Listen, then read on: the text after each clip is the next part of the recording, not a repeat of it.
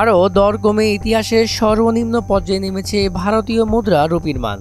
প্রতি ডলারের বিপরীতে 85.97 রুপি পাওয়া যাচ্ছে এখন।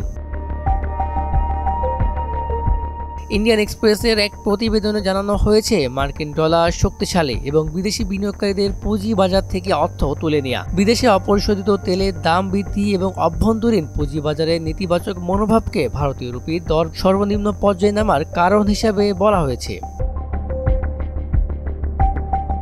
বিশেষজ্ঞরা বলছেন, এই পরিস্থিতিতে ভারতের পুঁজিবাজার মহাসংকটে পড়েছে।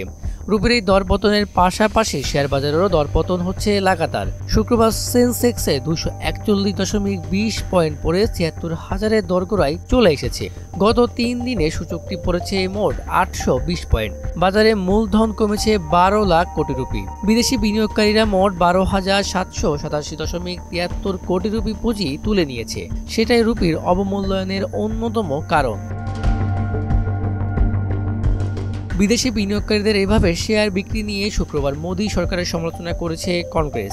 দলের নেতা জয়শ্যাম রমেশ সামাজিক যোগাযোগ মাধ্যম এক্সে লিখেছেন, হিসাব অনুযায়ী নতুন বছরের প্রথম কয়েকদিনেই শেয়ার বাজার থেকে 200 কোটি ডলারের পুঁজি তুলে নিয়েছে ওই সব বিদেশি ঋণদানকারী সংস্থাগুলো।